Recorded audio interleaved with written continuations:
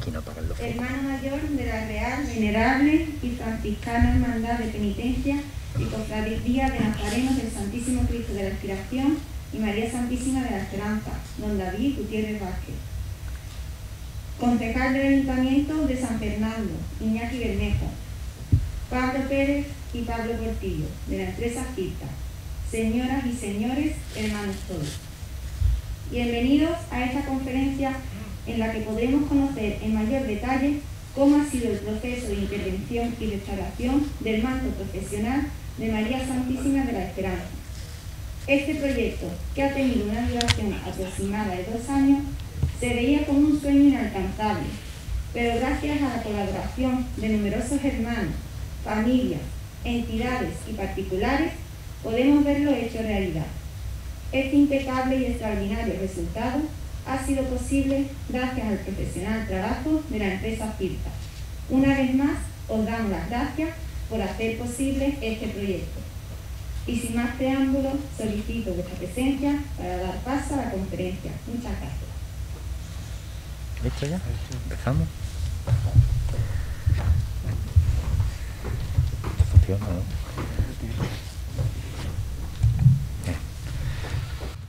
Hola, buenas tardes. ¿Se ve bien la pantalla con las luces y todo? ¿Sí? Ya, por gloria. Bueno, ante todo, muchas gracias por la asistencia. La verdad que estamos contentos porque, como le decíamos a David, parece mentira que ya han pasado 2 años y por fin estamos aquí hoy, después de aquellas visitas que hacíamos para valorar la pieza y estudiar un poco el caso. Nada, esperamos que sea interesante, que os resulte interesante y vamos a ello. Hemos querido traer una transcripción que aparece en el libro de la Hermandad, ¿vale? Así, vale. Y que dice lo siguiente: no hubiera sido posible nunca con los recursos de la Hermandad estrenar un vestido y un manto para la efigie de la Santísima Virgen, a no ser por la desinteresada y piadosa cooperación de la señora doña María Ortega de Felier y de las señoritas doña Matilde Felier y doña Rafaela Ibáñez, quienes con una constancia y fe comunes en los tiempos presentes, desatendiendo sus propios quehaceres y sacrificando gran parte de su tiempo necesario para su reposo, no han levantado mano por espacio de 3 años hasta terminar ambas prendas que superan por su valor y gusto artístico a muchas de su clase existentes en esta y otras poblaciones. Por lo tanto, creíamos hallarse obligada esta cofradía a significar su agradecimiento a tan devotas personas de un modo digno de su religiosidad, y con tal objeto proponen fuesen admitidas en nuestra cofradía como hermanas exentas de pago y con los derechos que los demás hermanos disfrutan, concediéndoles un voto de gracia con anotación en el libro matriz. Esto lo firma el hermano prioste de la Hermandad de la Expiración en el Cabildo General del 6 de marzo de 1881. Ayer. ¿Por qué hemos querido traer esto? Pues porque si hace 140 años el hermano prioste estaba agradeciendo a estas 3 señoras su desinteresado trabajo para poder realizar este conjunto, realmente si no hubiera sido efectivamente gracias a la labor de estas 3 isleñas, ¿no?, pues tampoco hoy estaríamos nosotros aquí, gracias también a esa preocupación que ha tenido la Hermandad por conservar ese patrimonio tan valioso, ¿no?, que tiene, no solo para la Hermandad, sino para la ciudad de San Fernando. Entonces, pues, gracias a ellas, 140 años después, seguimos en la isla, pues, poniendo en valor este patrimonio tan destacado, ¿vale? Antes de comenzar con lo que ha sido el proceso de restauración en sí, yo me voy a encargar de contextualizar un poco lo que es el conjunto desde el punto de vista histórico, estilístico, técnico y material, y ya mi compañero Pablo pues hará luego su parte relacionada con la restauración propiamente dicha. Bien, hay que tener en cuenta una cosa: estamos hablando de que este conjunto se estrena en el año 1881, ¿vale? En esa época, para quien no lo sepa, la Dolorosa de la Hermandad de la Expiración, que no era la Virgen de la Esperanza, sino que era la Virgen de los Dolores, procesionaba en el Calvario a los pies del Cristo de la Expiración. ¿Eso qué motiva? Pues que las prendas que estrena, evidentemente, eran acordes y estaban adaptadas a las dimensiones de esas andas, ¿vale? Por lo tanto, el vestido, pues bueno, tenía las dimensiones de la Dolorosa, pero el manto era un manto mucho más corto que el que hoy conocemos y cuya evolución veremos en en las siguientes diapositivas.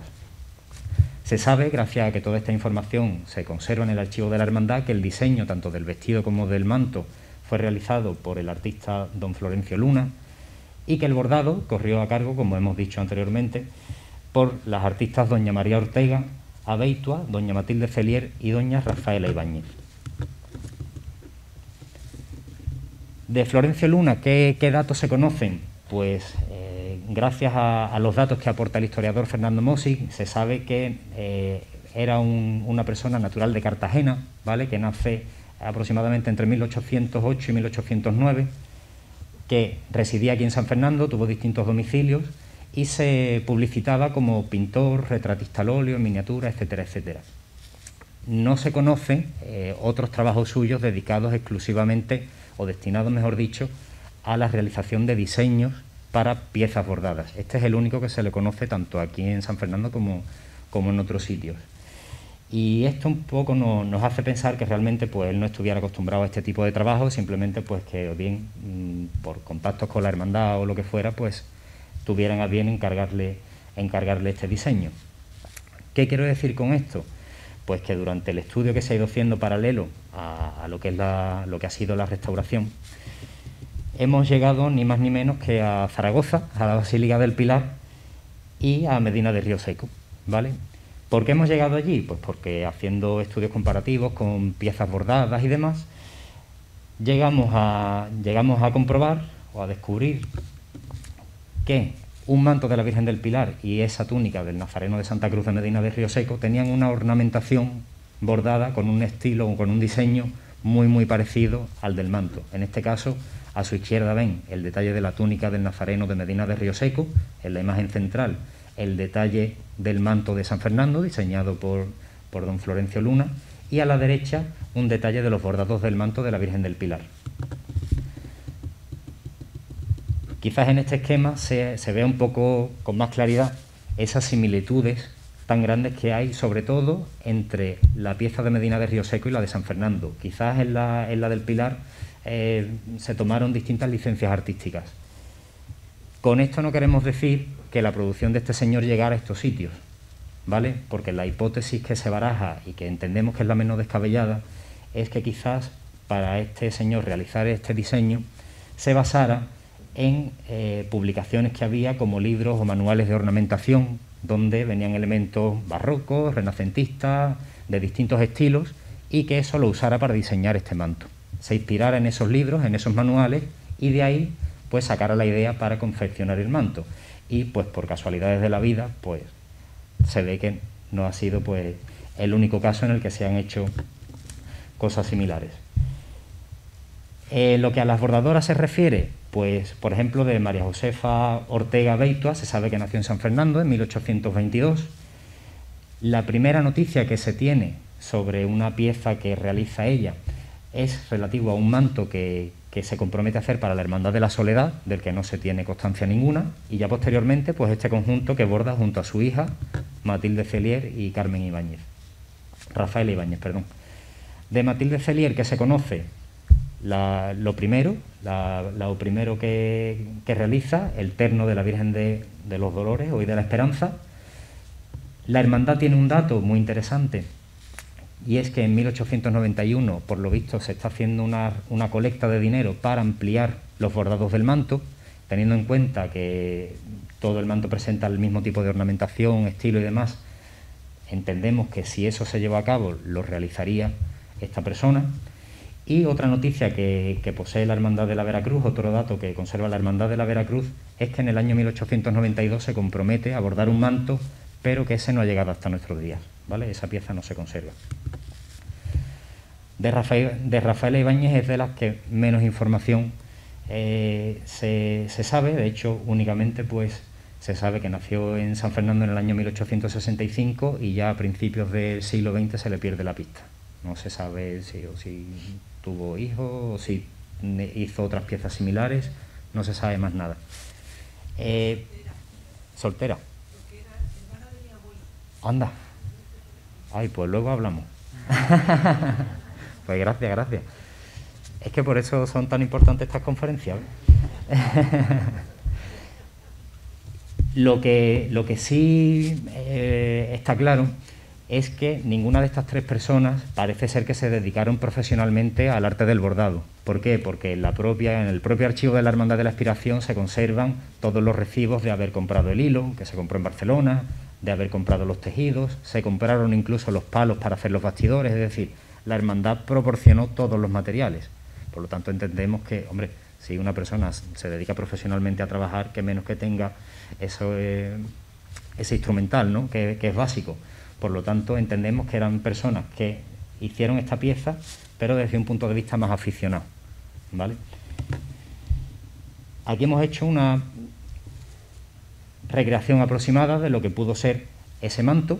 En la imagen donde está la Dolorosa vistiendo el conjunto, esta fotografía es de Quijano, ahí se puede ver perfectamente cómo era ese vestido rojo bordado, y el manto, que claro, a la hora de colorearlo, como siempre pues se ha dicho la Virgen de la Esperanza y se ha asociado con el manto verde, a la hora de colorear la prenda se coloreó de verde, pero realmente el manto era azul, ¿vale? El manto original que bordan estas señoras era de color azul, como aparece en la recreación que ven en la imagen. La pieza era bastante sencilla, un manto con forma semicircular, la decoración se distribuía a modo de cenefa o de guardilla por todo el perímetro, y esta es la posibilidad que planteamos nosotros acerca de ese enriquecimiento que se hizo 10 años después de que se estrenara la pieza. ¿Por qué decimos que aquí, por qué incluimos esos bordados? Porque a la hora de estudiar las piezas en el estudio, debajo de todas esas piezas que aparecen ahí había restos de terciopelo azul. Por lo tanto, eso indicaba que en origen pertenecieron a esta misma pieza y no al vestido. ¿Qué ocurre? Con el paso de los años, la imagen deja de procesionar en el Calvario, pasa a procesionar en el Paso de Palio, por lo tanto necesita una prenda adaptada a las nuevas dimensiones de las andas. Por ese motivo, la Hermandad encarga a las Carmelitas de la Caridad de Jerez que, con los bordados del vestido y los bordados del manto, compongan el nuevo manto procesional de la Virgen de la Esperanza, que es el que ha llegado a nosotros, ¿vale? Este trabajo se hace entre los años 1957 y 1959 y, además de usar los bordados antiguos del siglo XIX, las Carmelitas de la Caridad bordan todo el campo central para darle más unidad a la composición, y también se utilizan bordados que procedían de distintos vestidos o trajes de torear que habían regalado pues, para la ocasión Rafael Ortega y Ramón Cervera Peri. Esta es una recreación del estado del manto antes de esa ampliación realizada en Jerez.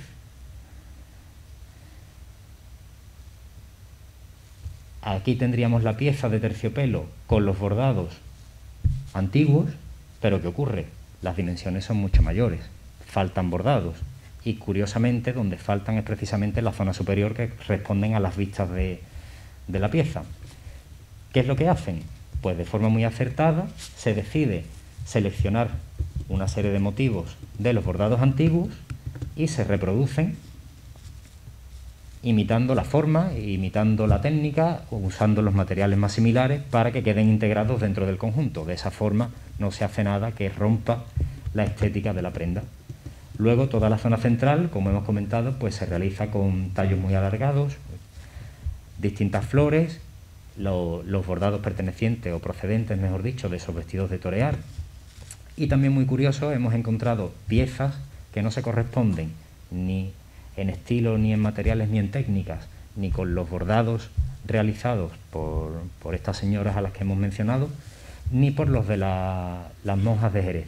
¿Por qué? Porque como es el caso, por ejemplo, de la pieza que ven a su izquierda, para empezar, estilísticamente se corresponde más con una pieza de finales del 18, principios del 19. Y para continuar, porque encontramos debajo de los bordados restos de terciopelo negro.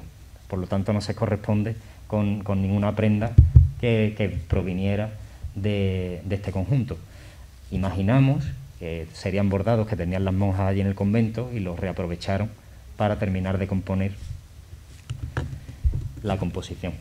Y esta sería un poco la evolución que ha tenido el manto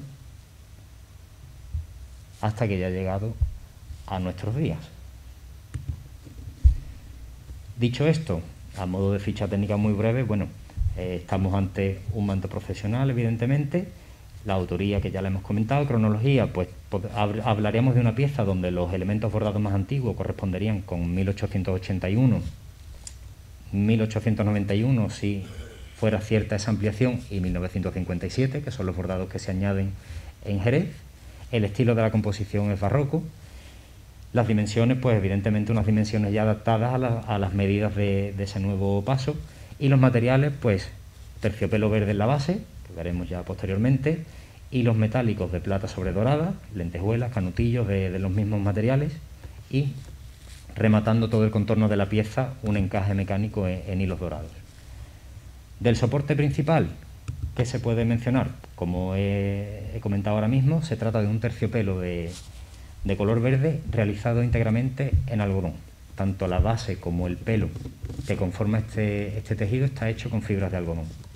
No sé si conocen un poco cómo es la composición de un terciopelo. Es un tejido que tiene una base, que la pueden ver en esta imagen. Uy, puñeta. Tiene esta base y luego tiene unos filamentos que salen a la superficie en sentido perpendicular a esa base, y eso es lo que hace que tenga esa característica y esa textura y esa apariencia. ¿Qué hemos descubierto? Cuando se han ido desmontando piezas, algunas no hacía falta ni desmontarla, porque es verdad que el estado de conservación del manto pues en muchas zonas era bastante deficiente y por pérdidas de elementos y demás se veían, ¿no? Quedaban restos del terciopelo rojo del vestido y restos del terciopelo azul del manto. Eso es lo que nos ha permitido confirmar que el manto pues no era verde, como en esa fotografía coloreada de Quijano, sino que en origen era de color azul.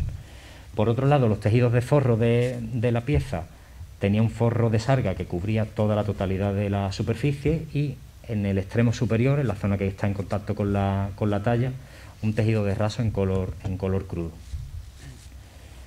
La ornamentación bordada, pues teniendo en cuenta los materiales, la calidad de los materiales que se emplearon para la realización de la pieza y la destreza o el virtuosismo técnico, mejor dicho, con el que se ejecutaron los elementos, estaríamos hablando de una pieza clasificada como bordado erudito, ¿vale? La técnica, pues estamos hablando de bordado en hilos tendidos a realce. Bordado en hilos tendidos, ¿por qué? Porque los hilos metálicos se tienden sobre la superficie bien del terciopelo, bien sobre una superficie de fieltro que le da volumen. Nunca atraviesa el terciopelo. De ahí que la técnica se llame hilos tendidos. Y los materiales empleados, hilos de plata y de plata sobre dorada, lentejuelas, canutillos y muchos tipos de tachuelas. ¿Cómo se consigue el realce de estas piezas? Hay dos tipos. En este manto encontramos dos formas, dos técnicas diferentes para realzar el volumen de la ornamentación. Por un lado encontramos piezas donde todos los soportes de relleno, lo que se suele denominar como preparación en basto, se realiza a base de superponer distintas capas de fieltro amarillo. Entonces, superponiendo fieltro, una vez que ya se tiene la forma de la pieza confeccionada con ese fieltro, se tiende el hilo metálico y así se consigue el volumen. Pero tenemos otras piezas que se corresponden con las del vestido, que actualmente están en el extremo inferior del manto, que tienen un volumen que pueden llegar a alcanzar 7 centímetros y medio de altura. Por lo tanto, estamos hablando de un volumen bastante considerable. ¿Cómo conseguían esto? Pues he aquí el quid de la cuestión, y además a mí me encanta contar esto. ¿Por qué? Porque resulta, y pongo aquí este título, que por lo que se sabe, por lo que se conoce de las personas que han trabajado aquí en San Fernando en el arte, ¿no?, del bordado en oro, la persona más antigua que se ha descubierto ha sido Nicolás Estoracio, ¿vale?, que según el testamento suyo, que está firmado el 2 de septiembre de 1797, se especifica que era bordador e individuo del teatro cómico.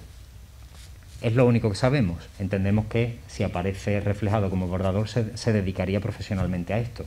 Pero ya no es hasta mediados del siglo XX cuando surgen personas que se dedican a lo mejor no de una forma continuada, pero sí se dedican profesionalmente a esto. ¿Qué ocurre? A lo largo del siglo XIX no hay nadie, salvo estas personas, y parece ser que lo hacían pues de esa forma como más aficionada, que se dedicara al arte del bordado.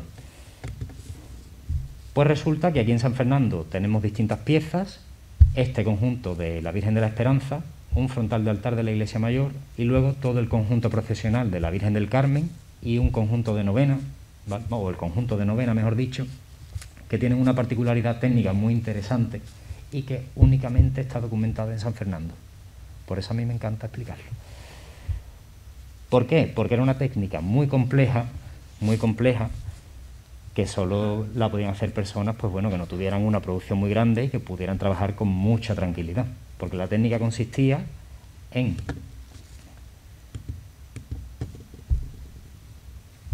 conformar el bastidor, tensaban una tela en un bastidor y marcaban la silueta del pétalo o de la hoja que había que bordar. La rellenaban con un hilo de algodón, como ven aquí. No sé si ven todos esos hilos de algodón. Y atravesaban esa tela, ¿vale? De ahí que ese algodón se vea por ambas caras. Una vez que estaba el algodón delimitando la forma de la pieza a bordar, el hilo metálico se tendía de arriba abajo hasta que se tapaba totalmente la pieza a realizar. Y aquí viene el quid de la cuestión. Una vez que hacían esto, lo que hemos visto hasta ahora es un poco lo normal que se suele hacer siempre. Aquí viene ya la particularidad nuestra. Si se ven, toda la pieza está perfilada con una especie de cordón amarillo. Pues ese cordón no es ni más ni menos que un alambre finísimo, que además Lola puede atestiguar que pincha mucho, que se unía a la pieza bordada por medio de una costura de festón o de punto de ojal, y que lo que permitía era que la pieza, una vez que estuviera bordada, se pudiera moldear. Entonces esto, ayudado de la colocación de algodón, era lo que permitía que las piezas tuvieran estos volúmenes y estas formas tan características, ¿vale? Entonces hay que tener en cuenta que si esto lo hacen estas personas de una forma totalmente aficionada, pues hay que quitarse el sombrero, ¿vale? Porque esta forma de trabajar, además de ser, además de estudiarlo mucho, hay que tener mucho virtuosismo para hacerlo en condiciones, ¿vale? Sobre todo también teniendo en cuenta que, como ven en esta imagen, trabajan con soportes de cartón, soportes rígidos para hacer los tallos, ¿vale? Y lo que hacen es envolver con el hilo metálico esos soportes de cartón. Haciendo eso, ¿qué consiguen? Pues que esos tallos queden levantados con respecto al soporte textil. Muchos de esos tallos, como ven en esa fotografía, y eso lo que hace es que le da más vistosidad a la pieza, evidentemente. O como en esta foto, qué mareo, como en esta foto, que pueden ver cómo este tallo viene por aquí, pasa por debajo de esta hoja, vuelve a salir aquí a la superficie, esta hoja pasa por encima, vuelve a pasar el tallo por debajo. Es decir, hay un juego de intersecciones entre el tallo y las hojas muy difíciles de ejecutar, que se consigue únicamente gracias a este alambrito que permite moldear la pieza y adaptarla a esa necesidad específica, y que realmente es un trabajo que hay que tener en cuenta, porque bordados así, pues afortunadamente o desgraciadamente no se ven todos los días, y nosotros pues tenemos la suerte de tenerlo aquí, ¿vale? Entonces pues lo que pretendemos es que cuando se planten delante del manto, pues reconozcan, ¿no?, y valoren todo ese trabajo que hay detrás, no solo de técnica, sino de estudio, ¿vale? Porque todo esto viene de un proceso también creativo. ¿Qué tipos de hilos se han empleado? Se han empleado hilos de muestras. Los hilos de muestras son unos hilos que están conformados por un alma interna de seda, un alma lisa, y ese alma luego se envuelve con una laminilla metálica alrededor. Y eso es así es como se constituyen todos los hilos. En función de el grosor o el número de almas internas que tengan, pues se confecciona o se realiza un hilo u otro. También encontramos...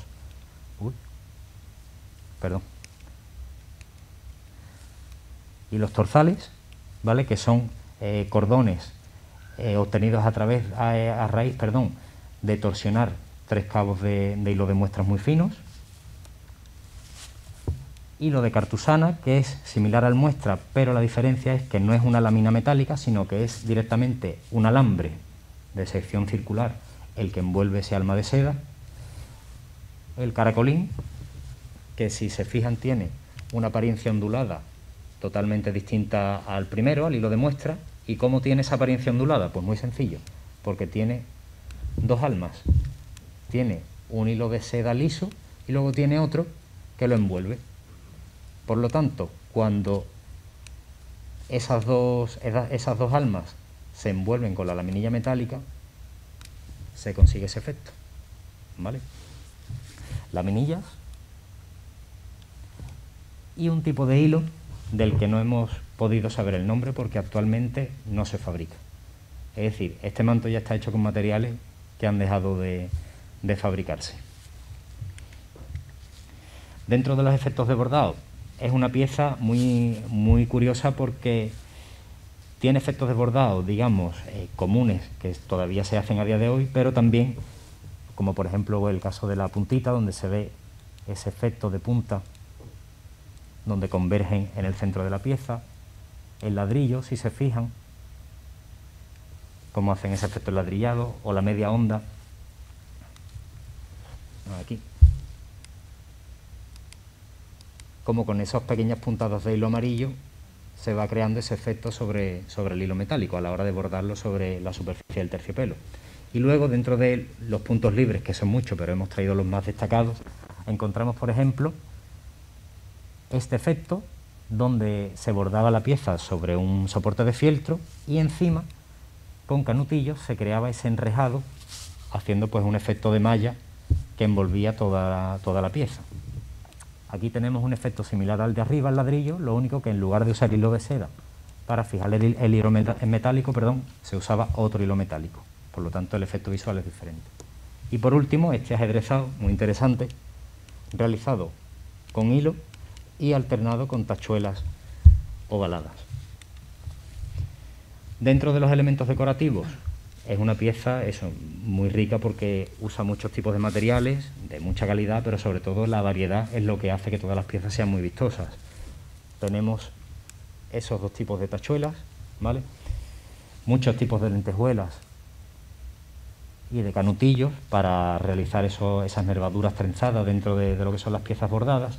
Y luego una curiosidad, y es que en una de las piezas rojas, además, o sea, que en su estrato inferior tenía terciopelo rojo, por lo tanto era del vestido, se han encontrado unas pequeñas perlas que se entiende que, bueno, pues que las colocarían teniendo en cuenta que era una de las piezas que estarían pues más cercanas a la vista del espectador, por lo tanto pues le metieron esos elementos más singulares, ¿no?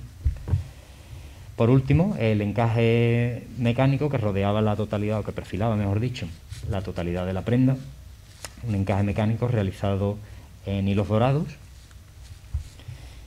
Y realizado ya el estudio técnico, hago un breve repaso por los criterios que han regido la intervención y ya sí que dejo a mi compañero que explique. No sé si habrá gente a lo mejor o que se ha sorprendido cuando ha visto que el manto pues no se han traspasado los bordados a otro terciopelo. Habrá gente que le haya llamado la atención.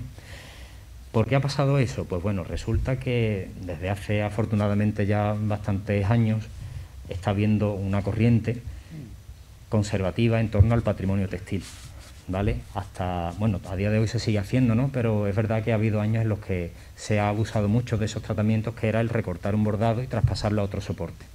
¿Qué ocurre? Hoy en día se tiene otro concepto de la restauración del patrimonio y del valor que tiene el patrimonio en sí, incluido el patrimonio textil. Por lo tanto, se entiende que si un artista concibe una pieza de una determinada forma con unos determinados materiales, lo mismo que Murillo concibió la Inmaculada de una forma y a nadie se le ocurre añadirle más angelitos o ampliarlo o reducir el cuadro, pues en una pieza textil debe pasar exactamente lo mismo, porque estamos hablando de piezas de la misma naturaleza, o sea, de distinta naturaleza, pero con la misma importancia patrimonial, ¿vale? Por lo tanto, lo ideal, y cuando se habla de restauración es lo que debe ser, A la hora de intervenir una pieza de estas características hay que respetar el tejido principal, los bordados, los encajes y todos los elementos que conformen parte de la pieza, salvo que alguno de ellos esté creando un daño en el conjunto, pero por lo general no es así, ¿vale? Entonces, ¿con qué criterios trabajamos nosotros? Pues trabajamos con los mismos criterios que se trabaja o en el Museo del Prado o en cualquier institución dedicada a la conservación y a la restauración del patrimonio, bien sea de pintura, de escultura, de lo que sea. Nosotros lo llevamos a nuestro terreno, que es el textil. ¿Cuáles son estos criterios? Conservación íntegra del original, porque entendemos efectivamente que si la pieza que ha llegado a nosotros es fruto de la creación artística de una persona o de un grupo de personas, eso hay que respetarlo, ¿vale? Por lo tanto, hay que conservar esa pieza íntegramente. Respeto por el original, pues realmente está relacionado, ¿no?, con el punto anterior. Mínima intervención, ¿por qué? Porque cuando se habla de restauraciones, la gente lo que quiere es que brille más la pieza, que quede más bonita. No, le vamos a quitar el terciopelo porque está arrugado, porque... No, la restauración está para frenar daños. La restauración no está para poner la pieza más bonita. Entonces, si un terciopelo arrugado está arrugado por el uso, pero no está creando ningún tipo de problema en la pieza, ese terciopelo no se puede cambiar. Está arrugado porque es la naturaleza de ese textil, pero es que es la naturaleza de ese material. Por lo tanto, mínima intervención para actuar donde está el daño y para frenarlo, y que la pieza no se siga deteriorando más. Estabilidad y reversibilidad de los materiales y de los tratamientos. Cualquier tratamiento que hagamos nosotros debe ser reversible. ¿Por qué? Porque la restauración es una disciplina que constantemente se está renovando, porque constantemente están surgiendo estudios nuevos, materiales nuevos, técnicas nuevas. Por lo tanto, si de aquí a unos años salen técnicas nuevas que permitan realizar algún tratamiento puntual en esta pieza, lo que nosotros hemos hecho a día de hoy se puede retirar perfectamente sin alterar a la pieza original, ni al terciopelo, ni a los bordados, y aplicar ese otro tratamiento. Por eso es tan importante usar materiales adecuados y técnicas adecuadas para no crear ningún daño y que no sea al final contraproducente. Y, por supuesto, legibilidad de las intervenciones realizadas. No se puede hacer una intervención igualando al máximo con la pieza original, porque no se puede crear un falso histórico. Siempre hay que dejar constancia de lo que es original, de lo que se hace en la restauración, pero que se integre dentro del conjunto, evidentemente, ¿vale? Dicho esto, doy paso a Pablo, que es el que va a contar el proceso de intervención de la pieza. ¿Te pone aquí, no? Bueno, pues se escucha, ¿no? Sí. Vamos a hacer un repaso por el estado de conservación que presentaba el manto de la Virgen de la Esperanza y de los tratamientos que hemos aplicado, pues eso, siguiendo los criterios que acaba de explicar Pablo, los tratamientos aplicados para frenar los daños que presentaba. En primer lugar, bueno, el estado de conservación del manto era bastante eficiente, con algunos daños que ponían en serio riesgo la estabilidad de la pieza, sobre todo de las piezas bordadas, ya que el soporte textil, el terciopelo, no estaba demasiado mal. Tenía una serie de daños, pero no eran preocupantes. Lo preocupante estaba, en este caso, en la ornamentación bordada.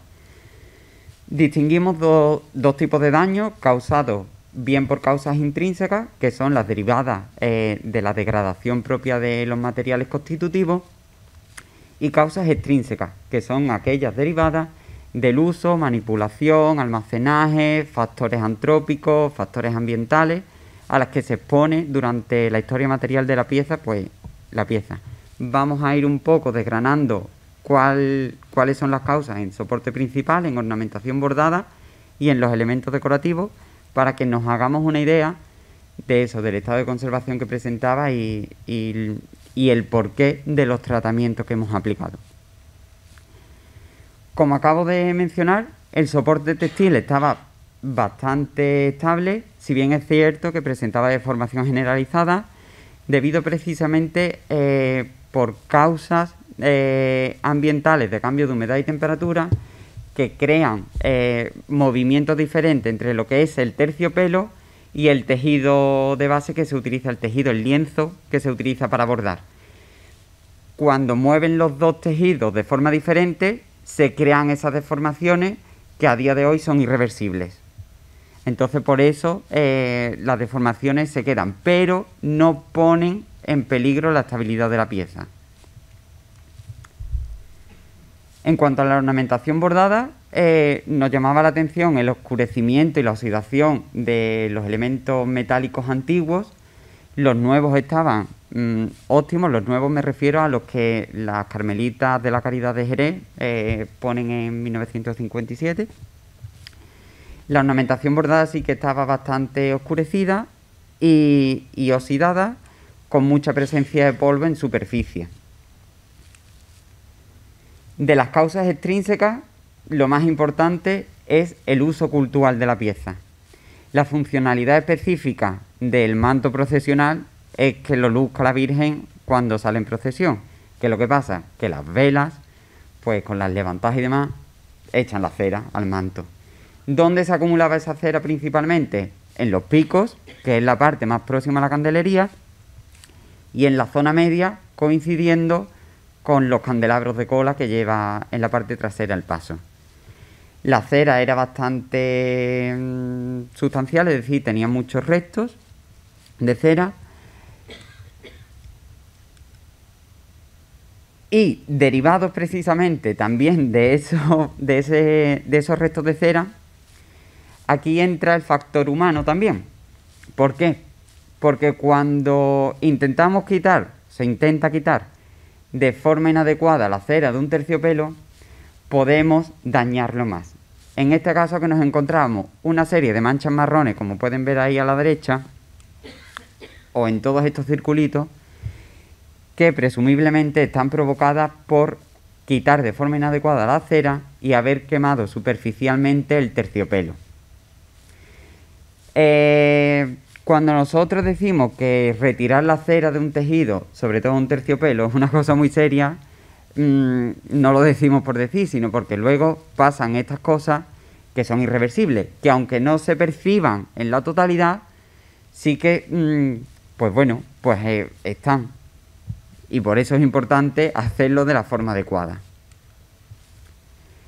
Asimismo, presentaba unas manchas producidas por la presencia de hongos, unas manchas blanquecinas, que se han tratado y se han frenado ese daño que presentaba. En la ornamentación bordada también encontramos restos de ceras, y ahí en el tejido, obviamente, en la ornamentación bordada también. Muy llamativa en algunas piezas que estaban un poquito elevadas y había cera incluso debajo de la pieza. Los soportes de cartón de los que antes hacía referencia Pablo, que están bordados sobre un cartón y está envolviendo el hilo, pues había muchísimos, prácticamente la gran mayoría, estaban bastante rotos. ¿Por qué? Porque el uso de esta pieza, la manipulación inadecuada, unido a cómo están, en este caso, lo específico de estos tallos de estar al aire, pues han provocado que sean susceptibles a estas roturas y estas fragmentaciones. No pasaba solamente en los más antiguos, sino que también en los que ponen las carmelitas de la Caridad de Jerez, como son los de la izquierda. Son piezas delicadas, no podemos olvidar que el patrimonio textil es el patrimonio más frágil dentro de todo el patrimonio de una hermandad junto al papel, y que muchas veces no lo tratamos de la forma adecuada. Entonces, pues, obviamente presentan esta serie de daños. Asimismo, la pérdida de la laminilla que entorcha el alma de seda, debido a los roces, a los desgastes que se producen en las manipulaciones y en el uso de la pieza, que este daño era perceptible pues en el 85% de las piezas casi, en unas más llamativas y en otras un poquito menos. Este desgaste y este roce provoca no solamente la pérdida de la laminilla, sino que en ocasiones también que los hilos salten, es decir, no desgasta la laminilla, pero sí desgasta el hilo de seda que se utiliza a la hora de bordar para fijar el hilo metálico. Entonces, cuando se desgasta ese hilo, los hilos saltan y se quedan descohesionados. Como podemos ver en se podía ver en muchísimas de las piezas bordadas. ¿Qué es lo que pasa? Que este daño es mucho más acusado en las piezas más antiguas, como es lógico. El paso del tiempo hace que las fibras pierdan humedad, se vuelvan más quebradizas, más frágiles, y lo primero que se rompe, que tiende a deteriorarse, precisamente es lo más antiguo. Estos son ejemplos de todo hilos descohesionados para que vean que la gran mayoría de las piezas pues presentaban este deterioro que gracias a Dios hemos frenado. Muy llamativo también era en las piezas con mucho volumen. Obviamente, si son las que están más a realce, son las propicias a sufrir más roces, obviamente. En algunos casos encontramos, muchos casos, pérdida de material. Ya no es que se haya perdido el hilo de seda y se hayan quedado los hilos sueltos. Aquí, en este daño, lo que ocurre es que se ha perdido completamente el hilo. Bien el hilo metálico, bien las lentejuelas, las tachuelas, los canutillos, etcétera, etcétera. Como podemos ver, también se repartía por todo el conjunto. La foto de arriba, la de esta.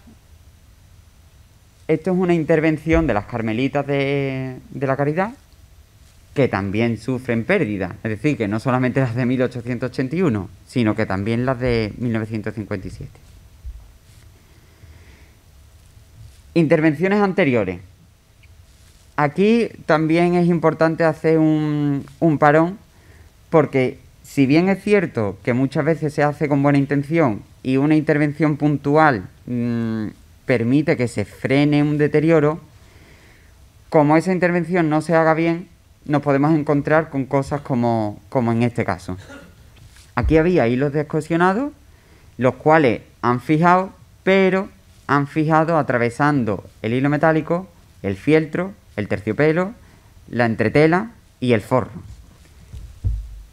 creando cosas como esta, que creaban tensión en el forro y que provocaban deformación en el tejido principal. Entonces, es importante que no la buena intención basta para frenar, sino que puede ser una causa de un deterioro mayor. Ay, perdón. Igualmente esta laminilla es de la intervención de 1957, que si se fijan en un detalle, la laminilla esta es lisa y la original que tenemos al lado es rizada. Esta laminilla se deja de fabricar y entonces las Carmelitas lo que ponen es esta lisa. En cuanto al elemento decorativo, el encaje era un encaje mecánico con hilos dorados y presentaba deformación y restos de cera, pero que tampoco era destacable, porque además, como por expreso deseo de la hermandad, se iba a sustituir para recuperar el aspecto que tuvo el manto en los años 60, pues se ha sustituido. A grandes rasgos, los tratamientos han consistido en un estudio previo de la pieza, estudio previo y estudio paralelo, que nos ayudan a proponer todos los tratamientos para frenar los daños. Una vez estudiado, se procede al desmontaje para tratar las piezas y los estratos de forma independiente para su adecuada restauración, aspirado y microaspirado, eliminación de cera, limpieza de la ornamentación bordada, consolidación del bordado, encapsulado, reposición de elementos perdidos, forrado y colocación de nuevo encaje. Vamos uno por uno. Dentro de los estudios previos, además de todo el estado de conservación, la parte histórica y la parte técnica, tomamos una serie de muestras tanto de la ornamentación bordada como de los tejidos de terciopelo, que mandamos a analizar al Instituto de Conservación de Valencia. Aquí os mostramos dos resultados de, por ejemplo, una laminilla en los que los análisis indican que el núcleo, es decir, la parte gorda, entiéndase, de la laminilla, lo importante de la laminilla es plata con un fino baño de oro. La lentejuela le pasa exactamente lo mismo. Es metal plata con un fino baño de oro que lo recubre.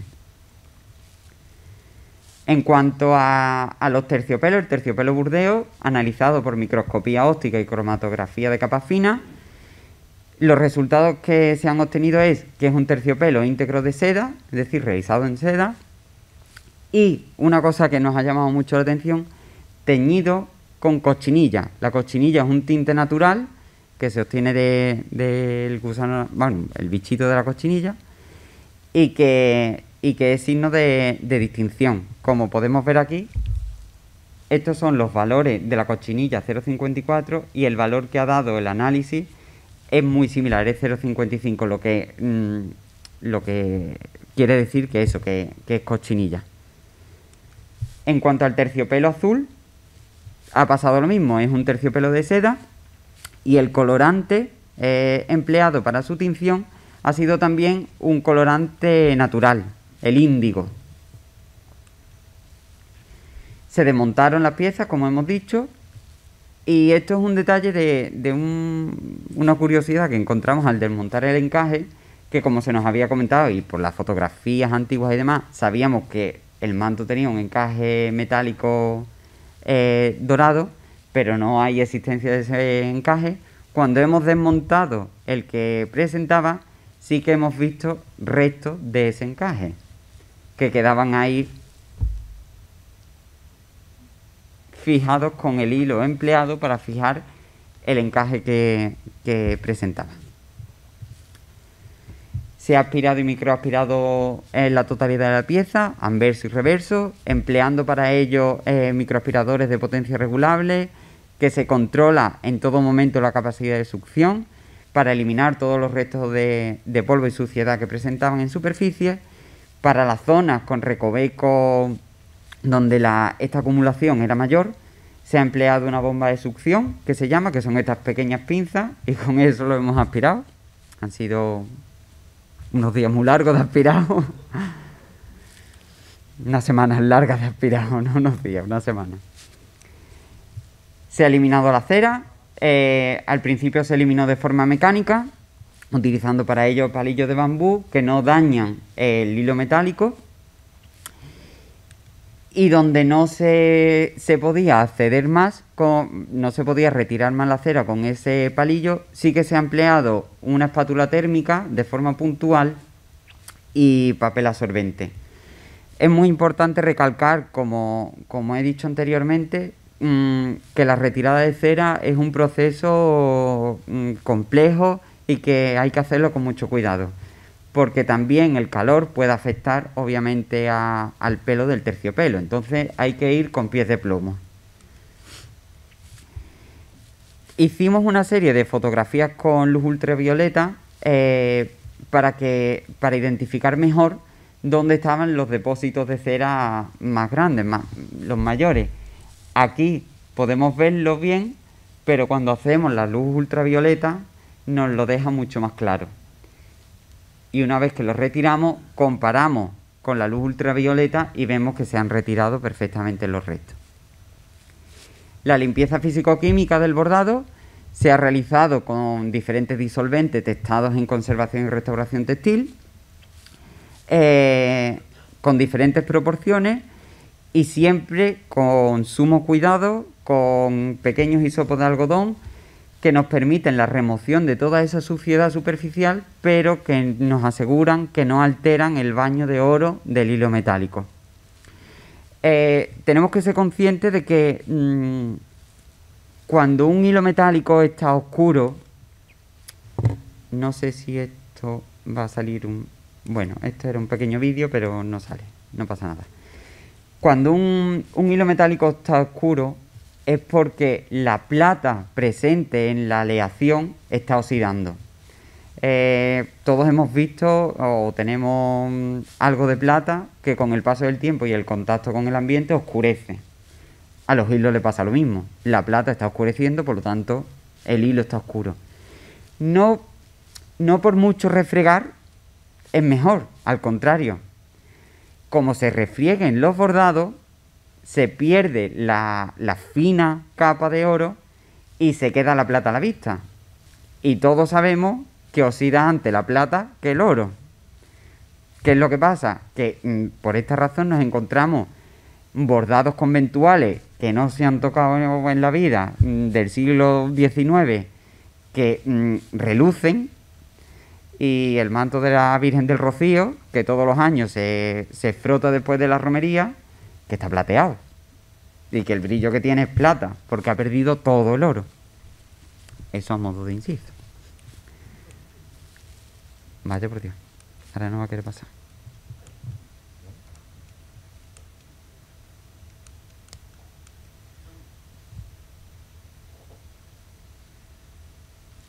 Por eso hay que tener mucho cuidado con la limpieza.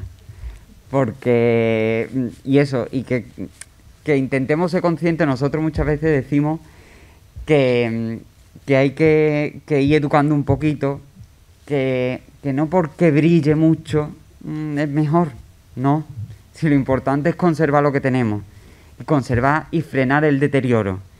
Si porque brille mucho lo único que estamos consiguiendo es quitar un poquito de oxidación, pero que el proceso de oxidación siga vigente y vaya a más, estamos haciendo algo contrario a lo que es la restauración. Por eso somos muchas veces partidarios de incluso la limpieza, hacerla de una forma muy puntual y solamente donde realmente sea necesario.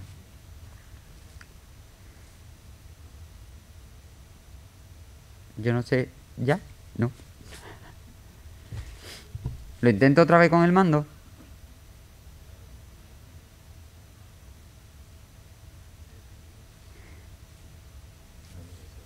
Aquí se ve el vídeo ahora. Este es el proceso de limpieza que nosotros aplicamos en todas las ornamentaciones bordadas.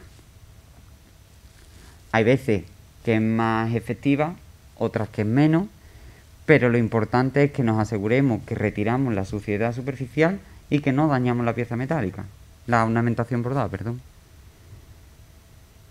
Por eso tampoco ni se insiste, ni se frota, ni hay que darle 18 pasadas para intentar que salga más oro. Eso no va con nosotros. Lo mismo esto se ha quedado sin pila, creo. ¿Qué? No sé. Bueno, le va... Las cosas del directo. Estamos en familia. Uy, pero... Vale. Ahora creo que va ya... Gracias. Consolidación del bordado. La consolidación de toda la ornamentación bordada ha tenido dos fases. Una primera, para aquellos elementos que estaban más sueltos. En algunos casos hemos empleado la aguja curva en las zonas donde podíamos. Y en otros, si era necesario, para, por ejemplo, consolidar lentejuelas y canutillos que estaban a punto de desprenderse, la aguja plana, mano arriba, mano abajo. Aquí un antes y un después de una pieza que tenía todos los hilos sueltos y después de consolidarla, se han reproducido los puntos que presentaba esa pieza originalmente de bordado para que el conjunto no cantase, no fuese demasiado llamativo. Entonces hemos reproducido esos puntos y esto se ha realizado sobre todo este tipo de consolidación en las piezas que presentaban un relleno de fieltro. ¿Qué es lo que hemos hecho con las cartulinas? Porque para nosotros también ha sido un reto, es decir, esto no ha sido solamente un trabajo de nos sentamos y empezamos a trabajar. No. Yo creo que si no era todos los días, cada 2 días, era sentarnos 2 horas delante del manto y vamos a darle vuelta, y vamos a darle vuelta, y vamos a darle vuelta y más. Con estos soportes de cartón, recordamos que están envueltos en hilo metálico y que están muy fragmentados. ¿Qué es lo que hemos hecho? Después de darle muchas vueltas. Primera fase. Colocar un cartón libre de ácido utilizado en museos de pH neutro que no va a acidificar el cartón que ya tiene la pieza, y le hemos aplicado una fina capa de Paraloid. El Paraloid es una sustancia, un elemento que se utiliza en conservación y restauración, que dependiendo el porcentaje de disolución en el que se haga, permite adherir o permite impermeabilizar. Entonces nosotros lo hemos hecho a una proporción muy baja para que se adhiera un poco. De esta forma hemos creado esa unión entre las dos piezas que estaban rotas. Luego hemos encapsulado toda esa pieza. Encapsulado es colocar un tejido reticular muy fino, y sobre eso, que está aquí ya encapsulado del todo, sobre eso hemos repuesto el hilo metálico nuevo. Un hilo metálico de características similares, materiales y técnicas, al original. ¿Por qué lo hemos hecho así? ¿Por qué nos hemos quebrado tantísimo la cabeza con esto? Porque, como Pablo ha comentado, los criterios son los que son, los criterios son de conservación, y hay que tener muy en cuenta la reversibilidad de los tratamientos. Esto es todo reversible, y la diferenciación en la discernibilidad. Si dentro de unos años el hilo metálico que nosotros hemos puesto oscurece, se oxida y se entona cromáticamente con el hilo original, queda el tejido reticular que nosotros hemos puesto debajo, para que si alguien en un futuro quiere estudiarlo, sepa o puede intuir que lo que hay encima de eso no es original, porque si fuese original estaría en el mismo nivel. Entonces, de ahí que hayamos llevado este proceso tan minucioso, tan largo y tan costoso. Porque esto, como he comentado, era en prácticamente la totalidad de estas piezas con esta técnica. Aquí, pues, la misma fase la desmontamos del terciopelo para poderla trabajar mejor. Así es como quedó desmontada. Cuando se hace la unión, ya está hecha ahí la unión, y el antes y el después de cómo queda la cartulina. ¿Qué es lo que pasa? Que hay zonas en las que no se ha perdido hilo original. Entonces, si no se ha perdido hilo y está perfectamente el hilo, pues se coloca de nuevo porque es suyo, es del manto. Entonces se consolida y se pone. Hay piezas que por su volumen se han desmontado, se han trabajado aparte y luego se han colocado. Como por ejemplo el caso de esta flor. Esta flor se fue desmontando pétalo por pétalo, se trabajó y luego se montó posteriormente. Aquí el proceso de montaje de la flor. El encapsulado, que al final es lo que todo el mundo nos pregunta. ¿Qué es el encapsulado? Es un tratamiento consistente, como he comentado, en colocar un tul. Un tul es un tejido reticular muy fino que debemos teñir en función de la tonalidad de la pieza. Es decir, que yo creo que si no hemos teñido 15 tules diferentes, porque había unas piezas que estaban más oxidadas, una pieza más dorada, una pieza más plateada, para buscar el color, pues ha sido también un trabajo laborioso.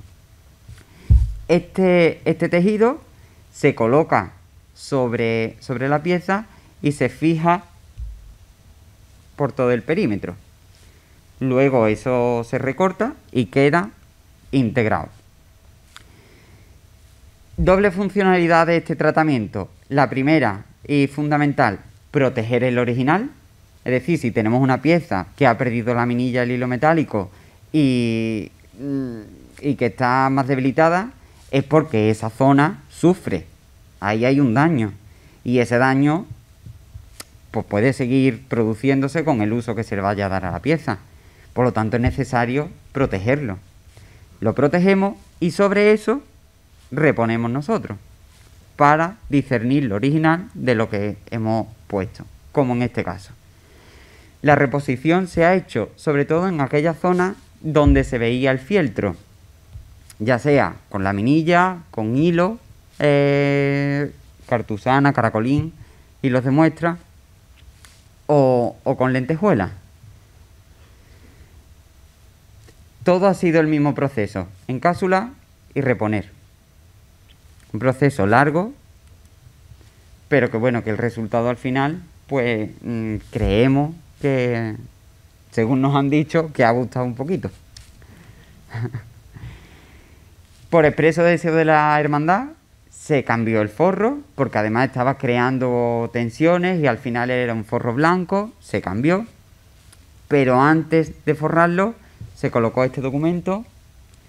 En ese documento lleva el nombre de todos los donantes que han hecho posible la cuestación de este proyecto tan apasionante para nosotros y creo que para la hermandad y para la ciudad de San Fernando. Se procedió al forrado del manto y por último se colocó el encaje que por suerte hemos encontrado un encaje metálico similar al que tenía el manto en los años 60 y que, como podemos ver aquí en las dos fotografías, pues recuperamos así un poco la impronta que tenía el manto. Por último, unas imágenes comparativas de procesos, del antes y el después, de cómo, del estado en el que tenía y el estado que tiene actualmente el manto. Tras tratar de forma adecuada las manchas de los hongos que frenamos el deterioro, no solamente es algo estético, sino que ahí había un deterioro que lo hemos frenado. Consolidación de las flores. Aquí, por ejemplo, faltaba un pétalo y no podemos rebordar otro sin saber cómo era, pero sí podemos colocar un tejido de tisú que integre cromáticamente y se complete la forma de la flor. La reposición de elementos perdidos, consolidación,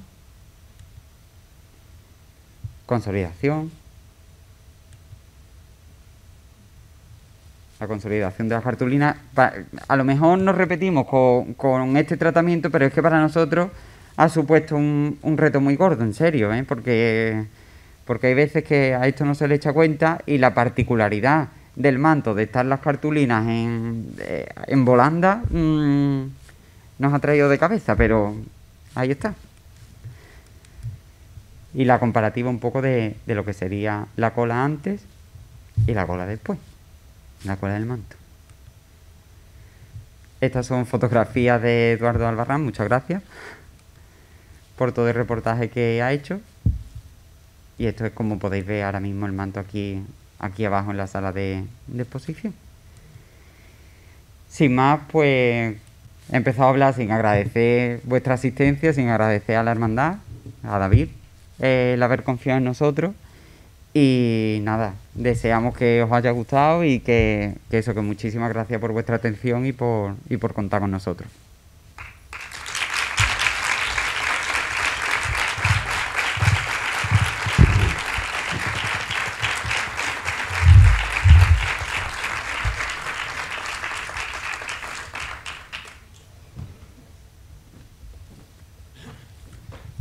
No sé si hay tiempo o no, si es protocolario o no, pero si alguien tiene alguna duda y quiere preguntar algo, pues nosotros encantados, ¿eh?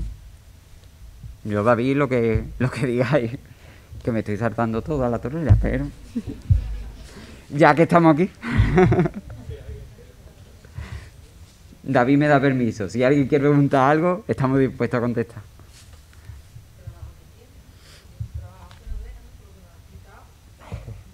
Sí, además que eso, que las particularidades técnicas que tenía, vamos, que tiene el manto, nos ha hecho abrir, pensar soluciones que no hemos planteado en otras piezas similares, porque es que hay que adaptarse a cada pieza.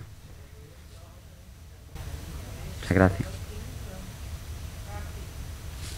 Muchas gracias. Sí, sí. Es que eso, cada pieza es un mundo y cada pieza necesita que se trate de una forma. No hemos intervenido esto de la misma forma que intervenimos la túnica de Medina Celi o una saya que se hizo de la Soledad. Cada pieza tiene unos daños, cada pieza tiene unas condiciones y a cada una tienes que buscar una alternativa para que con el tratamiento que hagamos nosotros se pueda seguir dando uso de forma normal, pero preservando la pieza en las mejores condiciones, ¿no? Entonces, claro, muchas veces eso, nos bloqueábamos y nos sentamos, Maite, venga, vamos a hablar, esto que hacemos, porque son momentos en los que te bloqueas, hay que buscar alternativas y oye, que este trabajo, como eso pasa en todos los trabajos, ¿no? Pero que también pasa aquí, también pasa aquí. ¿Cuánta gente ha trabajado Pues aquí siempre hemos estado 3 personas. Hemos estado Pablo, ha estado Maite Romo, que es compi nuestra, y he estado yo. Y luego aparte pues ha habido agregados que han estado también colaborando y poniendo su granito de arena. Lo gordo, digamos, lo habéis llevado Entre 3. Sí. Y han sido pues desde julio. En julio llegó al estudio, a nuestro estudio en Sevilla, y pues bueno, desde final de julio, principio de agosto, hasta el mes de abril, que se entregó. Han sido unos pocos de meses. El estudio se veía vacío cuando se fue el manto, esto hay que decirlo. No, pero bueno, sí es verdad que hay que agradecer, oye, pues que la hermandad ya se haya decidido por este tipo de intervenciones, no porque la hayamos hecho nosotros, ni muchísimo menos, sino porque está poniendo de manifiesto que ya hay otra conciencia, ¿no? Que ya hay un clic que, oye, pues que afortunadamente pues en esta ciudad ya se han hecho varias intervenciones de esta forma y oye, que en una pieza de estas características es muy complejo plantear una intervención como esta que se ha hecho, ¿no? Y bueno, sí, afortunadamente se ha podido ejecutar y tanto por nuestra parte como por parte del público pues hay buena aceptación, pues entonces quiere decir que esto tiene futuro, ¿no? Y que es posible otra forma de intervenir este patrimonio. Lo que sí hay que hacer mucho hincapié, evidentemente, es que estas piezas se tienen que cuidar y que tratar de una forma adecuada. Eso es primordial. Pero bueno, afortunadamente ya con el nuevo sistema que se ha hecho en las vitrinas de la Casa Hermandad y demás, pues evidentemente eso va a asegurar la perdurabilidad, ¿no?, de la pieza en los próximos años. Y nada, que dentro de 140 años pues haya aquí otras personas, relativamente. De aquí no. Pero que haya otras personas pues hablando de esta pieza. Pues claro, eso sería lo ideal. Así que nada. Ya, pues.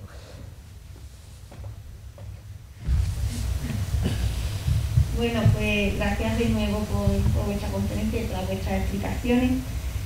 Y ahora solicito la presencia de nuestro hermano mayor y del concejal del ayuntamiento para hacer entrega de unos obsequios. Ahora, sequito.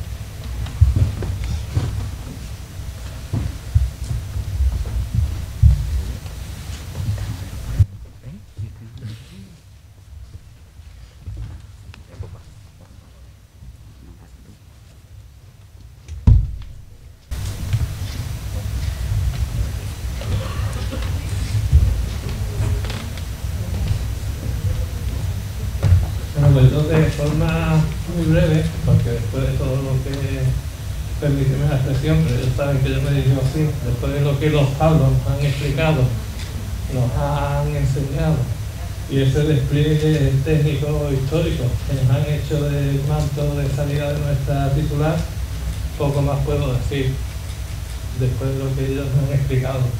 Simplemente aprovechar para agradecerles a ellos su presencia y su aceptación a esta invitación para esta conferencia y el desarrollo de su trabajo. Al Ayuntamiento de San Fernando también por su predisposición para cedernos el centro de congreso tanto para este acto como para la exposición del manto. Y os voy a entregar un recuerdo.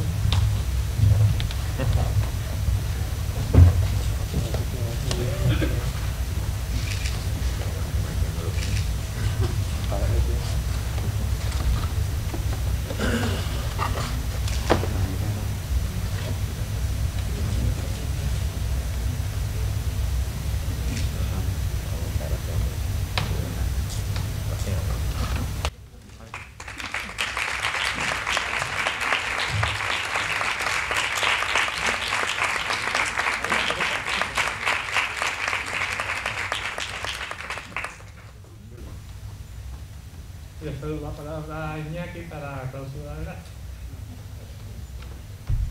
Bueno, pues buenas tardes a todos y a todas y como han dicho, ¿no?, los ponentes, muchas gracias por su presencia, ¿no?, en el nombre del Ayuntamiento y por supuesto también, como ha dicho el hermano mayor, en el nombre de la hermandad. Creo que era Carlos y Pablo, ¿no? Pablo y Pablo, los dos Pablos, pero no.